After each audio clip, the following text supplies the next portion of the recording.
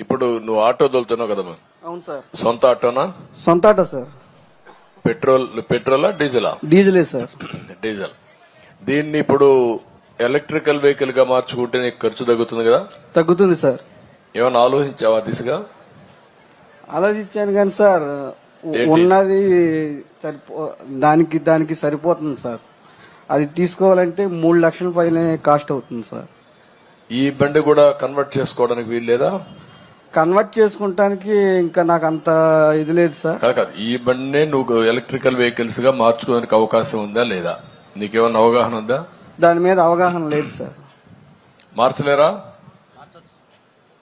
Engine మారిస్తే సరిపోతుంది కదా. మీరు కలెక్టర్స్ ఆల్రౌండ్ తయారు కావాలి ఇప్పుడు. ఎందుకంటే ఓకే, ఇప్పుడు